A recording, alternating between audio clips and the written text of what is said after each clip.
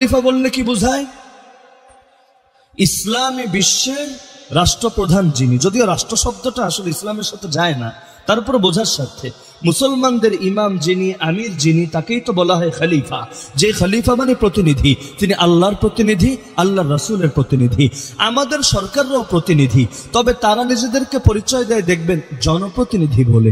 ইসলামের মধ্যেও যারা দায়িত্বশীল হয় তারাও জনপ্রতিনিধি, তবে একটা সূক্ষ্ম পার্থক্য আছে। আমাদের লোকেরা হয় শুধুই জনপ্রতিনিধি, আর ইসলামের দৃষ্টিতে যারা শাসক তারা আগে হয় আল্লাহর প্রতিনিধি, আল্লাহর রাসূলের প্রতিনিধি, তারপর জনগণের প্রতিনিধি। জনগণ যদি বলে আমরা পতিতালয় খোলা থাকুক এটা চাই, আর আল্লাহ এবং তার রাসূল বলেন পতিতালয় খোলা রাখার সুযোগ নাই, তাহলে গোটা দেশের জনগণ কি চাইলো আর না চাইলো এটা মুখ্য না, আল্লাহ কি বললেন এটা মুখ্য। যেমন আল্লাহ রাসূল সাল্লাল্লাহু আলাইহি ওয়াসাল্লামের জামানায় এক মহিলা, সম্ভ্রান্ত মহিলা, মাখজুম গোত্রে, চুরি করে ফেলল। কারণ ভালো মানুষও কখনো আকাম কইরা ফেলে, এগুলোর কোনো ঠিক ঠিকানা নাই। রাস্তায় যখন গাড়ি ঘোড়া অ্যাক্সিডেন্ট হয় দেখবেন অ্যাক্সিডেন্ট হতে দেরি, আহত লোকটাকে হসপিটালে নেওয়ার লোকের অভাব, কিন্তু পকেটের মোবাইল আর মানিব্যাগ মাইরে দেওয়ার লোকের অভাব। কে মারে এগুলো ভাই? সবসময় কি প্রফেশনাল চোররা ওত পেতে থাকে? না, এটা সম্ভব না। প্রফেশনাল চোর সবসময় ওত পেতে থাকবে এটা সম্ভব না। তাহলে মারে কিভাবে, কারা মারে? অনেক ভালো মানুষরা চোখের সামনে যখন আইফোন, স্যামসাং S24 আলট্রা অথবা হাজার হাজার টাকার মোটা মোটা বান্ডিল অথবা চকচকে করতে থাকা ব্যাংকের এটিএম কার্ডগুলো দেখে নিজের লোভ সামলাতে পারে না, ভাবে আল্লাহ এবারের মতো ক্ষমা করে দাও, পরে তোমার সাথে বোঝাপড়া করে নিব। থুক্কু কয়বার দেওয়া লাগে? হুজুরের হাতে হাত রাইখা অথবা পিঠে হাত রাইখা, পাগড়ি ধইরা, যেমনে হোক তওবা কইরা একেবারে যুগের হাসান বসরি হব, এবারের মতো তুমি আমারে মাফ করে দাও। তো এখন মনের মধ্যে ইস্তেগফার নিয়েই অনেকে এবারের মতো মেরে দেয়, এরপর যদি ধরা না খায় বাকি জীবন প্রয়োজনে হাজার হাজার বার আস্তাগফিরুল্লাহ পড়ে নাই। এমন হয় নাকি? হয় না। তো লোভে পাপ, পাপে মৃত্যু অনেক ক্ষেত্রে হয়ে থাকে। তো মাখজুম গোত্রের মহিলা চুরি করে বসলো, এখন তার শাস্তি কি হবে সবাই জানে, আপনারাও জানেন। বাঙালির সমস্যা জানায় না, বাঙালির সমস্যা মানায়। যখন গায়ের উপরে আইসা পড়ে তখন মানতে পারে না, উল্টো হাউকাও শুরু করে দেয়। চোরের সাজা কি? চোরের সাজা কি? কোন জায়গা থেকে? এখান থেকে, এই জায়গা থেকে? কোন জায়গা থেকে? কোন হাত? ডাইন হাত না বাম হাত? কি জানেন না? কোন হাত? ডাইন হাত। মাসালা শিখে রাখেন, প্রয়োগ করতে পারেন বা না পারেন। এলেম থাকলে আমলের তৌফিক একদিন আল্লাহ চাইলে হতেও পারে, আর এলেমে যদি না থাকে তাহলে আমলের সুযোগ আসলেও তো নিজেই তখন এটা স্বীকার করতে পারবেন না। আল্লাহর খলিফা মাহদী যখন সামনে আসবে, বাস্তবতা সামনে রাখলে মনে হয় অনেকে তারেও ভুয়া মনে করবে। কারণ ভেজাল মাহদী দেখতে দেখতে আসল মাহদীরে দেখাও বলবে এটা মনে হয় খারেজি, এটা মানহাজি, এটা জঙ্গি, এটা উগ্রবাদী। তো এখন আসল জনকে দেখার পরও মানতে পারবেন, অন্তরের মধ্যে খচখচানি থাকবে। না হলে বায়াত দাতার সংখ্যা এত কম কেন হবে? হজের মৌসুমে কি 313 জন লোক যায় বায়াত করতে, অথচ বায়াত দাতা মাত্র 313। তো বাকিরা কি বসে বসে ললিপপ খাবে? না, বরঞ্চ অনেকেই ফিতনায় পড়বে, চোখের সামনে দেখার পরও চিনতে পারবে না। দাজ্জালের ফিতনায় লোকে কেন পড়বে? হাদিসে আছে দাজ্জালের আলোচনাই সমাজ থেকে হারিয়ে যাবে, এমনকি হাত্তা ইয়াতরুকাল আইম্মাতু আলাল মানাবিরি যিকরাহু, ইমামরা মসজিদের মিম্বারে পর্যন্ত দাজ্জালের আলোচনা ছেড়ে দেবে। তো যেই বিষয় মানুষ জানেই না, বোঝেই না, ওই ফিতনা সামনে আসলে চিনবে কিভাবে? আর না চিনলে সতর্ক হবে কিভাবে? আগে তো জানতে হয়, পরে না মানতে হয়। আল ইলমু ক্বাবলা আল আমাল। তো দাজ্জালকে দেখে অধিকাংশ লোক চিনতেই পারবে না। আজকে জামানায় দেখেন না, দাজ্জালের আলোচনাকে লোকে ফাও মনে করে। বাস্তব কথা, কয় সমাজে, কয় মাহফিলে দাজ্জাল নিয়ে, দাজ্জালি ফিতনা নিয়ে, দাজ্জালি ফিতনার ভূমিকা নিয়ে, দাজ্জাল আসার আগের পরিস্থিতিগুলো কেমন হবে হাদিসের আলোকে, এগুলোর বর্ণনা নিয়ে কয় জায়গায় আলোচনা হয়। এমনকি কেউ আলোচনা করলেও লোকে ভাবে আরে কবে না কবে আসবে, 1000 বছর পরে, এত টেনশন নেওয়ার কি আছে? এগুলো আমাদের নাতি পুতিরা পাবে কিনা তাই সন্দেহ আছে। অথচ সাহাবীদের জামানায় তারা অনেক, কখনো যদি ভয়ঙ্কর কোন আওয়াজ শুনতেন এতেই ভয় পেয়ে কেউ গাছের পেছনে, কেউ আড়ালে গিয়ে লুকিয়ে পড়তেন, এই ভয়ে মনে হয় দাজ্জাল চলে এসেছে। এমনকি আল্লাহ নবীও এই বিষয়ে অবস্থান ডাইরেক্ট এটা ক্লিয়ার করেন নাই যে দাজ্জাল কবে আসবে, ঠিক কোন বছরের, কোন মাসের, কয় তারিখ, বরং রাসূল বলেন ইয়াখরুজ ওয়া আনা ফীকুম ফাআনা হাজিজুহু দুনাকুম। আমি তোমাদের মাঝে থাকতে থাকতে যদি দাজ্জাল চলে আসে তোমাদের চিন্তা লাগবে না, তোমাদের পক্ষ থেকে আমি প্রতিহত করে দেব তাকে। ওয়া ইয়াখরুজ ওয়ালাস্তু ফীকুম, আর যদি দাজ্জাল এমন সময় আসে যখন আমি থাকবো না তোমাদের মাঝে, ফামরুউন হাজিজু নাফসি, তাহলে প্রত্যেক ব্যক্তি নিজেই নিজেকে প্রতিরক্ষা দিতে হবে। আল্লাহু খলিফাতি আলা কুল্লি মুসলিম, আমি না থাকলেও পেরেশানির ব্যাপার নাই, আল্লাহ আমার পক্ষ থেকে প্রতিটা মুসলমানের জিম্মাদার হয়ে থাকবে। তো এখন দাজ্জাল এই ফিতনাটা নিয়েও যখন আলোচনা হবে না, তো যখন সামনে আসবে লোকে চিনবে কিভাবে? এই যে বেদাতিরা বেদাত করে, কয়জন এটাকে বেদাত মনে করে করে? এ কারণে দেখেন না, কাম করে বেদাত নাম দিয়েছে সুন্নি। সুন্নি মানে কি? যে সুন্নাত মানে তারাই তো সুন্নি বলে, এটাই তো যুক্তির কথা। কারণ নামাজি মানে কি? যে নামাজ পড়ে তারা নামাজি বলে। ইলমি লোক মানে কি? যার ভেতরে ইলম আছে তারা ইলমি লোক বলে। তো সব ক্ষেত্রে শব্দ আর বাস্তবতার তো মিল থাকা লাগে নাকি লাগে না? এখন রসে ভরা নাম দিয়েছে তার আনারস, দানা দিয়ে ভরা নাম দিয়েছে তার বেদানা। হয় না কি হয় না? তো বাংলাদেশে বহু কিছু চলে, কাল্লা বেড়া নাম দিছে লাল মিয়া, আবার সুন্দর বেড়া নাম দিছে কালু। এই টাইপের জিনিস বাংলাদেশে বহুত চলে। তো এই চলা চলতে গিয়েই এখন এখানে এসে প্রয়োগ হয়েছে, কাম করে বেদাত নাম দিয়েছে সুন্নি। দিয়েছে নাকি দেয় নাই? অথচ আসল সুন্নি তো আপনারা। সন্দেহ আছে নাকি? আসল সুন্নি কারা? আসল সুন্নি কারা? কিন্তু শব্দ ভুল প্রয়োগ হতে হতে আসল জায়গায় প্রয়োগ করতেও মুখে বাঁধে, তখন লোকে ভিন্ন অর্থ মনে করবে। এখন যদি বলি আরে আমরা সকলে সুন্নি সেনা, কালকে দেখবেন মিডিয়ায় ক্লিপ ভাইরাল হয়েছে ওয়াহাবি থেকে সুন্নি হওয়া বক্তা। কি বলবে না? কি বলবে না? অথচ সুন্নি এই শব্দের আসলে অর্থ কি, আর আমাদের সমাজে এটা প্রয়োগ করে কোন অর্থে বিকৃত। এই যেমন আহলুল হাদিস, মাদ্রাসায় যারা হাদিসের কিতাব পড়ে আহলুল হাদিস না? অবশ্যই আহলুল হাদিস। পারলে ইখতিলাফ করেন, শাইখুল হাদিস আহলুল হাদিস, মুহাদ্দিস আহলুল হাদিস, বুখারী মুসলিম আবু দাউদ তিরমিজি নাসাই মুয়াত্তা মালিক মুয়াত্তা মুহাম্মদ তাহাউই, এগুলো যারা পড়ায় সবাই আহলুল হাদিস। কিন্তু যদি বলি আহলুল হাদিস, বলবে কি রে আমরা তো হানাফি, হাম করে আহলে হাদিস বানায় দিছি কিল্লাইয়া। আমার এখনো কানে বাজে শাইখুল ইসলাম আল্লামা শাহ আহমদ শফি আল্লাহ তাআলা তার কবরকে নূরে রঞ্জিত করে দিন। আমরা তখন উত্তরায় পড়ি, উত্তরায় এয়ারপোর্টের একেবারে পাশে একটা বিশাল মাহফিল হয়েছিল, হযরত এসেছিলেন বয়ানে। সেখানে একটা অনুরোধ করেছিলেন তিনি, আমার এখনো কানে বাজে শব্দগুলো। আদৌ এগুলোর ক্লিপ পাওয়া যাবে কিনা আল্লাহ ভালো জানে। ওই সময় মিডিয়াও তো এত ব্যাপক ছিল না, আর আমরাও মিডিয়ার সাথে জড়িত না, তো যার কারণে এগুলো আদৌ রেকর্ড হয়েছে না হয় নাই, পাওয়া যাবে না যাবে না তা জানি না। তবে আমার দুই কান এবং মেমোরি এখনো সাক্ষী আছে।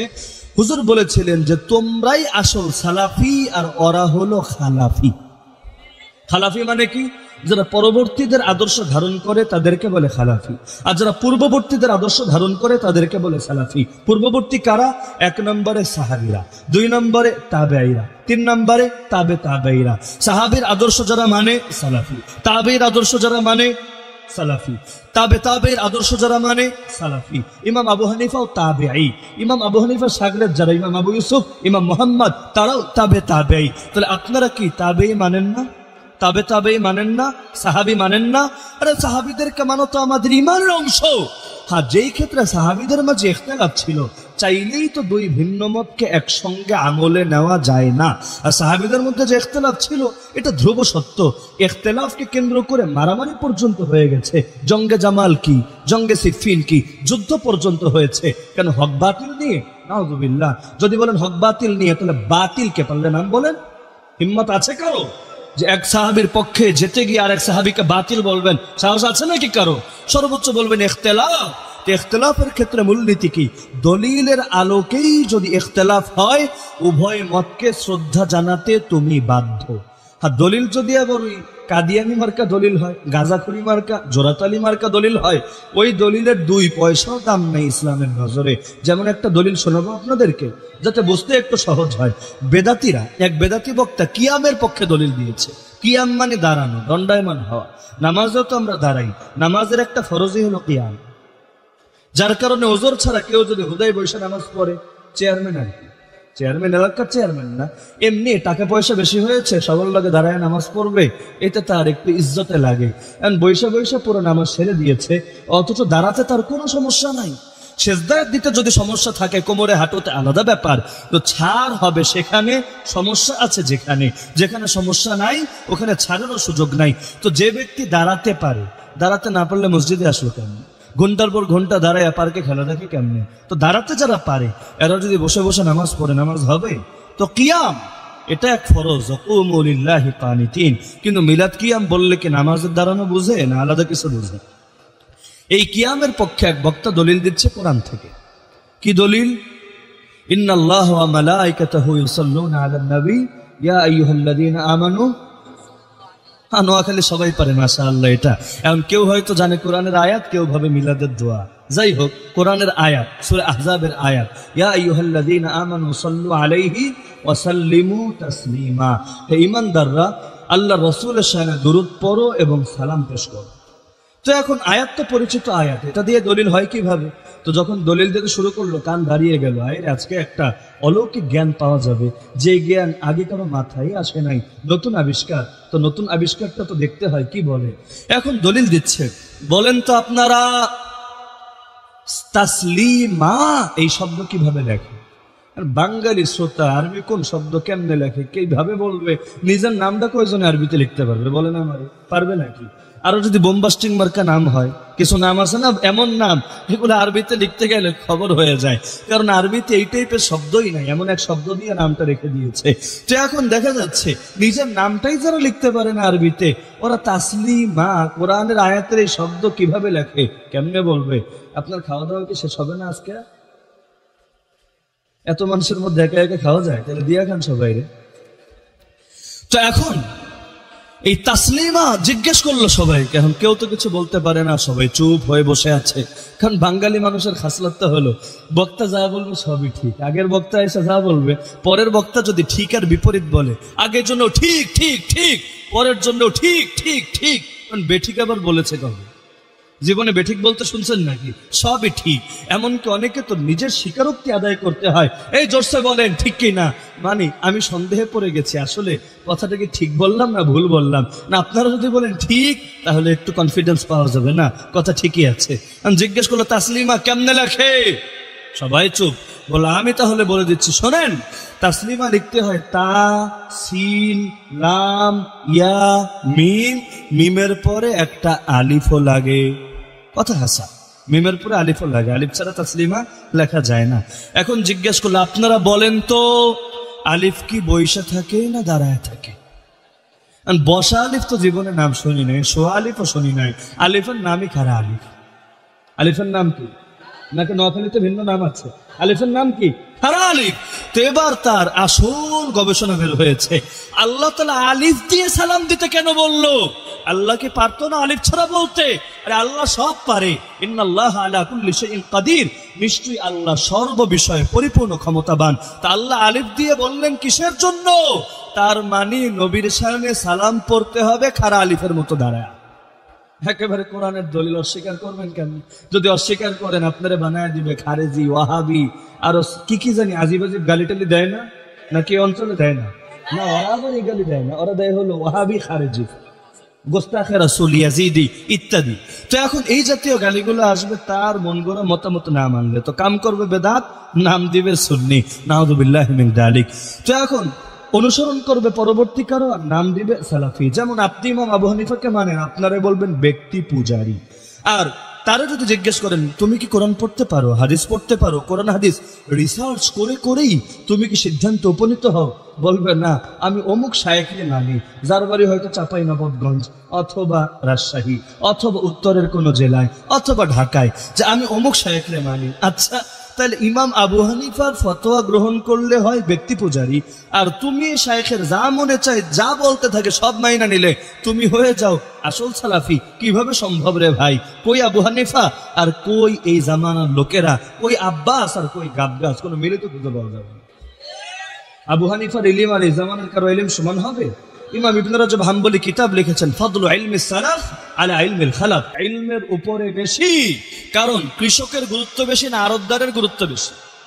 আড়তদারের কাছে আইটেম বেশি থাকতে পারে, পরিমাণ বেশি হতে পারে, কারণ হাজার কৃষকের জিনিসও এসে তার কাছে মজুদ হতে থাকে, কিন্তু আড়তদারের এক পয়সাও দাম থাকবে না কৃষক না থাকলে। তো কৃষকের কাছে ব্যক্তির কাছে পণ্যের পণ্যের পরিমাণ কম থাকতে পারে, কিন্তু আড়তদারের চাইতে কৃষকের গুরুত্বই বেশি। নবীর কোন সাহাবী এমন হতে পারে 100 হাদিস জানে, কিন্তু আপনি 1,00,000 হাদিস মুখস্থ করেছেন, তবু আল্লাহর কসম সেই নবীর সাহাবীর মর্যাদা আপনার মতো 1000 লোকের চাইতে বেশি। তো কোথায় তারা, কোথায় আমরা? খায়রুল কুরুনি কারনি সুম্মাল্লাযীনা ইয়ালুনাহুম সুম্মাল্লাযীনা ইয়ালুনাহুম, যাদের শ্রেষ্ঠত্বের কথা নবী ঘোষণা করেছেন, সর্বশ্রেষ্ঠ প্রজন্ম আমার প্রজন্ম মানে সাহাবীরা, এরপর তাদের পরে যারা আসবে মানে তাবেঈরা, তারপর তাদের পরে যারা আসবে তাবেঈরা। তো এই ইমামদের শ্রেষ্ঠত্বের কথা রাসূল জানিয়েছেন। আপনার ইমামদের, আপনার এই তথাকথিত শায়েখদের কথা কোন হাদিসের মধ্যে উল্লেখ হয়েছে? উপরন্তু যারা বিভিন্ন শায়েখকে মেনেছে ইমামদেরকে বাদ দিয়ে, তারাও কি একমত হতে পেরেছে? আরে নাই। না তাদের নামাজ এক হয়েছে, না তাদের ফতোয়া এক হয়েছে, আমি দেখাবো না, কিন্তু আপনারাই খেয়াল করলে দেখবেন তাদের আমলেও প্রচুর ভিন্নতা আছে নাকি না? আছে। তাহলে এত ঐক্য করে কি লাভ হলো? দিন শেষে আমলের অনৈক্যতা থাকলো, অবশ্য থাকবেই থাকবে, কারণ আল্লাহ তার নবীর প্রতিটা হাদিসকে হেফাজত করবেন কোনো না কোনো উম্মতকে দিয়ে। এখন হাদিসে এরকমও আছে ওরকমও আছে, তো একটা ধরবেন আর একটা গোটা দুনিয়া থেকে মুর্দা হয়ে যাবে না। আল্লাহ কাউকে না কাউকে দিয়ে নবীর প্রতিটা হাদিসই আমলে রাখবেন দুনিয়ার বুকে।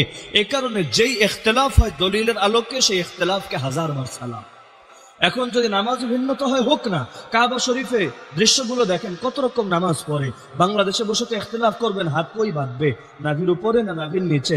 কাবার ভিডিও দেখলে দেখবেন অনেকে হাত ছেড়ে দিয়েই নামাজ পড়ছে, যে তোরা উপরে বাঁধবি না নিচে, আমরা কোথাও বাঁধবই না, আমরা একেবারে ছেড়ে দিয়ে নামাজ পড়বো। পারলে ফতোয়া দেন, ওদের নামাজ হবে না?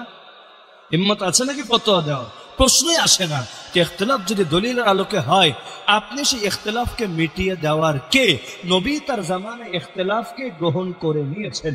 নবী একবার সাহাবীদেরকে পাঠালেন বাহিনী জিহাদে, যে তোমরা আসর পড়বা বনু কুরাইজায় গিয়ে। বনু কুরাইজা তাদের গন্তব্য, যে তোমরা বনু কুরাইজা গিয়ে আসর পড়বা। রওনা করলেন তারা, কিন্তু জানেন রাস্তাঘাটে চাইলেও সবসময় টাইম টেবিল মেনটেন করা সম্ভব না, দেরি হয়ে যেতেই পারে। তাদেরও দেরি হলো। তারা দেখতে পাচ্ছেন সূর্য ডুবে যায় অবস্থায়। এখন কি হবে? মোবাইল তো নাই, নবীরে কল দিবে, ইয়া রাসূলুল্লাহ টেনশনে পড়ে গেছি, আপনি ফতোয়া দিয়ে দেন। এখন কি করবে? একদল বলল, নবীর চাইতে বেশি বুঝিস না, নবী যা বলেছেন তাই করতে হবে।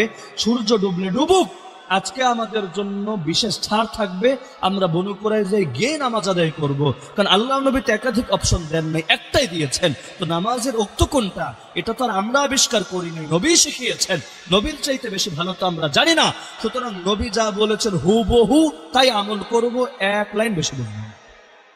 আরেক দল বলল, আরে কথার উদ্দেশ্য তো বুঝতে হবে, আক্ষরিক অর্থ নিলেই চলবে না, উদ্দেশ্য মাথায় নিতে হবে। যেখানে কোরআন জানাচ্ছে ইন্না সালাতা কানাত আলাল মুমিনিনা কিতাবাম মাওকুতা, নিশ্চয়ই মুমিনদের উপরে নামাজ নির্ধারিত সময়ে বিধিবদ্ধ। মানে নামাজ এক টাইমে পড়লেই চলে না, বরং এর নির্ধারিত সময় আছে।